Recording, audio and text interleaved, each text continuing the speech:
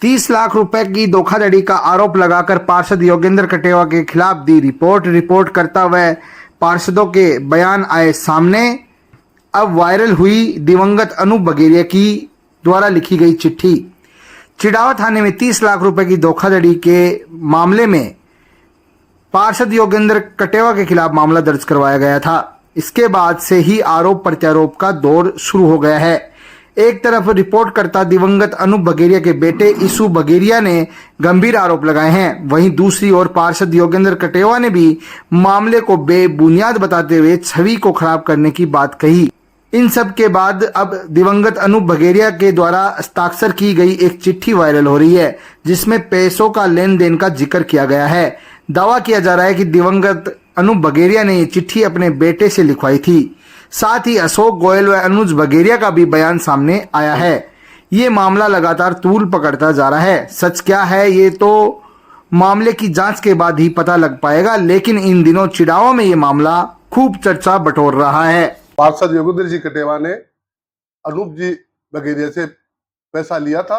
पहले हम योगेंद्र जी कटेवा के साथ थे, लेकिन उन्होंने इनके साथ फर्जीवाड़ा किया। उसके बाद हम इनको छोड़ दिया। 3 चुनावों में हम योगेंद्र जी कटेवा के साथ थे, लेकिन उन्होंने जो इनके साथ व्यवहार किया और पैसा लिया था वो वापस देने की बात थी, वो पैसा नहीं दिया ना, उसके बाद से हम इनके साथ नहीं है। और इस चक्कर में ना वो अनूप जी भी खत्म हो गए थे। उन्होंने जी जान से इसका साथ दिया, हमने भी इनका साथ दिया। उसके बावजूद वो आदमी आज इसकी हरकतों को देखकर, इसके फ्रॉड को देखकर, यह जो रुपये का लेन देन का जो ये काम किया इसने, उसकी आदतों को, गंदी आदतों को देखकर आज वो सारे के सारे उनके खिलाफ हैं। क्या वो भी रंजिश है? 8.5 वर्ष पहले इसने चुनाव लड़ा था। मेरा भाई अनूप जी भाजपा से प्रत्याशी था। इसने निर्दलीय चुनाव लड़ा था। ये हमारे वार्ड के अंदर ही और 50 गज की दूरी पे ही रहता है। हमारा वार्ड का ही सदस्य है। और इसने जो चुनाव लड़ा था, कोई भी आदमी कहीं से भी चुनाव लड़ सकता है।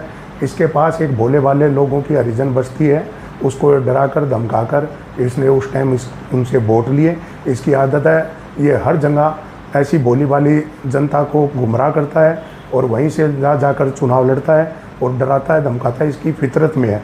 मैं आपको दावे के साथ कहता हूँ, आप और कहीं पे भी जाएंगे तो आपको सुनने को मिलेगा, ये चाय कॉफ़ी वालों तक के भी पैसे नहीं देता है। एक चीज चेयरमैन वगैरह के अंदर कोई भी पैसे का लेन देन का कोई मामला नहीं था। इसका पैसा उधार का पैसा था। हाँ, आदमी का थोड़ा बहुत कहीं ना कहीं निजी स्वार्थ होते हैं, टकराते भी हैं। ऐसा हमने इसको कोई भी चीज़ का पैसा नहीं दिया। इसका कोई भी दुनिया के अंदर विश्वास ही नहीं करता है कि वो इतनी बड़ी रकम इसको दे दे। चिड़ावा नगर पालिका का चुनाव के दौरान नगर पालिका पार्षद योगेंद्र कटेवा ने श्री अशोक जी गोयल, कन्हैयालाल जी शर्मा पूर्व पार्षद और श्री कांत जी हलवाई के भतीजे आलोक हलवाई, और मैं खुद भी था, और भी लोग थे, पूरे चिड़ावा को पता है कि योगेंद्र कटेवा उस टाइम के अंदर और भाई के पास 30 लाख रुपए ले गया। 1 महीने का नाम लिया। लेने के बाद में कि मैं ये गारंटर है सब के सब, मैं इनके सामने 30 लाख रुपए ले रहा हूँ, मैं आपको जल्दी लौटा दूँगा। चुनाव का कार्यकाल ख़त्म हो गया था। 1 महीने के बाद में लगातार अनूप भैया उससे तकादा करते रहे। धीरे धीरे करके रोज़ तारीख पे तारीख देता रहा। हर समय तारीख देता रहा, जिससे धीरे धीरे भैया के टेंशन और मानसिक टेंशन हो गई। टेंशन के बाद में एक बड़ी बीमारी का रूप ले लिया। बीमारी के बाद में हॉस्पिटलाइज होते रहे, लगातार उससे तकादा करते रहे। लेकिन योगेंद्र कटेवा की नीयत पहले से ही ख़राब थी। सारी चिड़ावा की जनता उसको जानती है। उसके पास इनकमिंग आउटगोइंग है नहीं। काफ़ी लोग हमारे को मिलते हैं सुबह से शाम तक। बहुत लोगों के इसने पैसे खा रखे हैं। अपने को इन सभी लोगों को विश्वास था कि ये पैसे दे देगा, लेकिन लगातार अनूप भैया हॉस्पिटल से भी इससे तकादा करता रहा, लेकिन इसने पैसे नहीं दिए। नीयत ख़राब थी। लगा उसके धीरे धीरे करके भाई बीमार एकदम बहुत ज़्यादा हो गया। DSM हॉस्पिटल के अंदर लास्ट के अंदर उसने जाते समय करीब 4-5 दिन पहले अपने बेटे के पास एक लेटर लिखवाया योगेंद्र कटेवा के की मेरी मृत्यु का और मेरी आज हालत का मुख्य कारण ये योगेंद्र कटेवा है। और नीचे अपने लेटर पैड पे दस्तखत किए। उसके बाद में भाई एक्सपायर हो गया। उसके बाद में बेटा ये भतीजा लगातार इससे तकादा करता रहा, हर बार तारीख पे तारीख देता रहा। हम सैकड़ों आदमी की गवाही दिला सकते हैं, क्योंकि ये मामला पूरे चिड़ावा को, जनता को पता है, इसकी आदत का पता है। और ये 4 ही लोग नहीं, और भी लोग हो सकते हैं जो इसके बारे में गवाही दे सकते हैं। भाई का एक लेटर पैड का पेज जो भाई ने लिखवाया था, उसके अलावा योगेंद्र कटेवा की और भाई की जो रिकॉर्डिंगें हैं, ये करीब 10-15 रिकॉर्डिंगें हैं, जिसके अंदर साफ ये कभी जनवरी का नाम ले रहा है, कभी मार्च का नाम ले रहा है, कभी दिसंबर का नाम ले रहा है, और ब्याज रुपए तक का भी नाम ले रहा है, कभी अपनी माँ की कसम खा रहा है। इसका अपने आप को वरिष्ठ पार्षद बताता है। मेरा ये मानना है कि आज तक के इतिहास के अंदर इसने कभी भी एक वार्ड से चुनाव नहीं लड़ा, क्योंकि जहाँ पर लड़ता है लोगों को डरा कर, धमका कर और पैसे के से चुनाव जीत जाता है। उसके बाद में वार्ड में खिलाफत होने के बाद में दूसरे वार्ड में भाग जाता है। इसका जो नेचर और जो इसका इतिहास रहा है, लगातार इसने शुरुआत के अंदर इसके ऊपर मर्डर के मुकदमे, बलात्कार के मुकदमे, अवैध कब्जों के मुकदमे, ये लगातार इसके ऊपर बनते रहे हैं। पिलानी के अंदर एक बड़ी हवेली पे इस पे कब्जा किया था, वहाँ से इसको भागना पड़ा। जो ये मुख्य मकान के अंदर जहाँ पर ये रह रहा है, ये किसी ब्राह्मण भाई का मकान है, आज भी नगर पालिका में ब्राह्मणों के नाम से दर्ज है। जो भूमि इसकी मकान की सीमा है, आप अभी भी चेक करवा सकते हैं, उसके ऊपर भी सरकार पार्षद होकर भी सरकारी भूमि पर इसने अतिक्रमण करके आगे बढ़ा हुआ है। झुंझुनू चुंगी के ऊपर भी इसने एक बहुत बड़ी जोड़ की ज़मीन के ऊपर भी कब्जा कर रखा, अपनी बताता है। इसकी भूमि, इसका चरित्र जो है वो हमेशा सा ऐसा ही रहा है।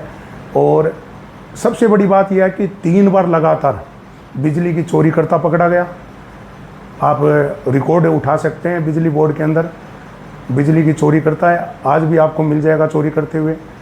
इसने किसी आदमी से भी पैसे लेकर वापस दिए नहीं हैं। अब रहा सवाल, ये कहता है कि मैं चिड़ावा थाने के अंदर मेरी 2 बार जांच हो चुकी है। एएसआई के माध्यम से मैं आपको बता दूं, हमने एसपी साहब को परिवाद दिया था। परिवाद देने के बाद में एक रोहतास एएसआई साहब ने उसकी जांच की। जांच होने के बाद में उसका अधूरे में जांच में ट्रांसफ़र हो गया। दोबारा हमने आईजी साहब, एसपी साहब से निवेदन किया।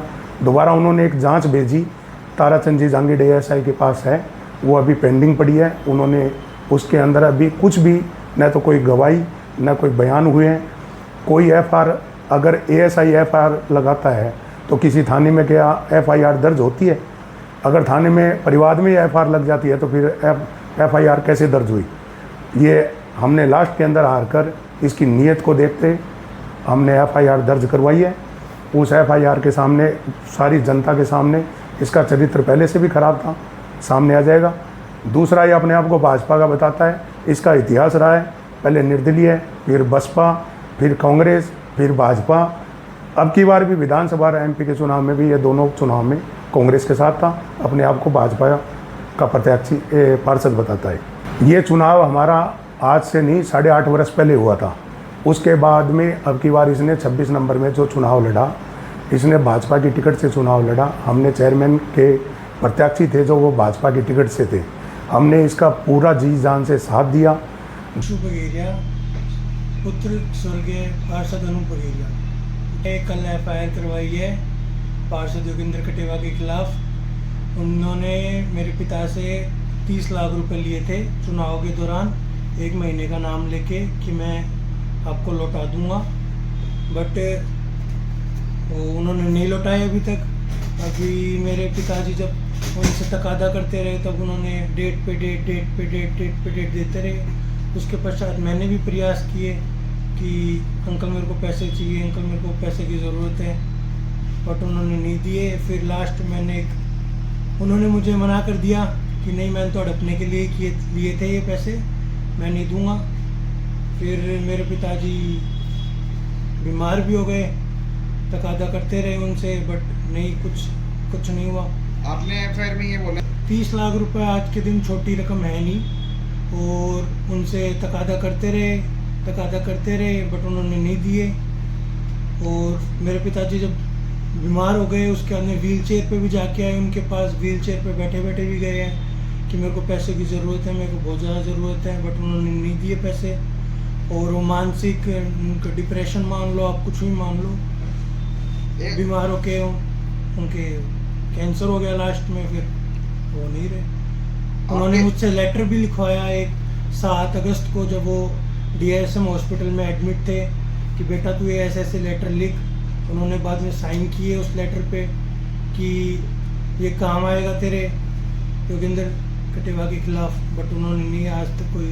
मैंने परिवाद भी दिया था थाने में पहले, बट उस परिवाद का अभी तक कुछ हुआ नहीं एक्शन। फिर लास्ट मेरे को हार के FIR करवानी पड़ी थी। 26/6/2 पिछली बार हमने आमने सामने चुनाव लड़ा था, मैंने और अनूप बगेरिया ने, तो मैंने उनको उनके घर में हराया। तो वो इस बात की खिज निकाल रहे हैं, और पैसे का तो सवाल ही नहीं उठता। पैसे इनके पास कहाँ से आए इतने पैसे, और पैसे की बात करते हैं, कोई सबूत नहीं, कोई बात नहीं, लेकिन ये खुद अपनी खिज है वो निकाल रहे हैं, और कुछ नहीं है।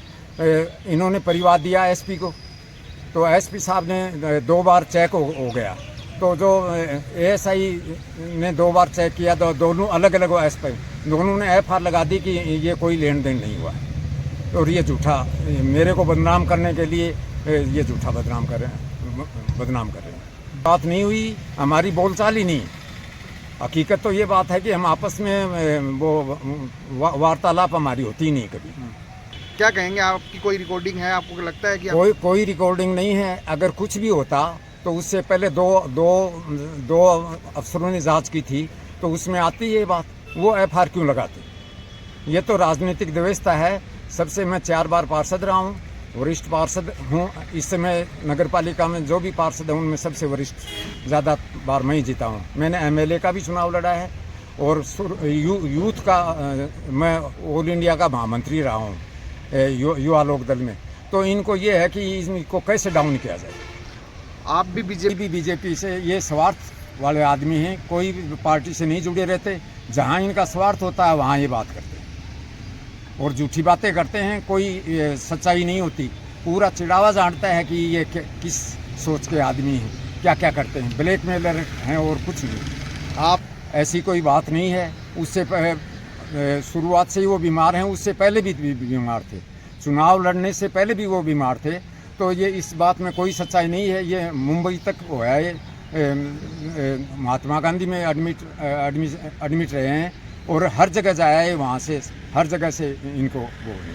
आपने ये कहा है कि 2-3 जगह इस मामले में FIR लग चुकी है। हाँ। अब आप पे ये मामला दर्ज करवाया गया है, इस मामले के विपक्ष में आप क्या कहना चाहेंगे, और आपकी तरफ से क्या कार्रवाई की जाएगी? क्योंकि यही जो असली सोच है वो यही है कि मेरी छवि खराब करना। लेकिन ये इस बात की सच्चाई आ जाएगी सबके सामने, पहले भी आई है, 2 बार जांच होने के बाद पहले भी आई है, इस बात में भी सच्चाई है। और मैं भी मेरे कानून सम्मत जो भी कानूनी राय लेके मैं भी इस बात का प्रतिवाद करूँगा कानूनी रूप से।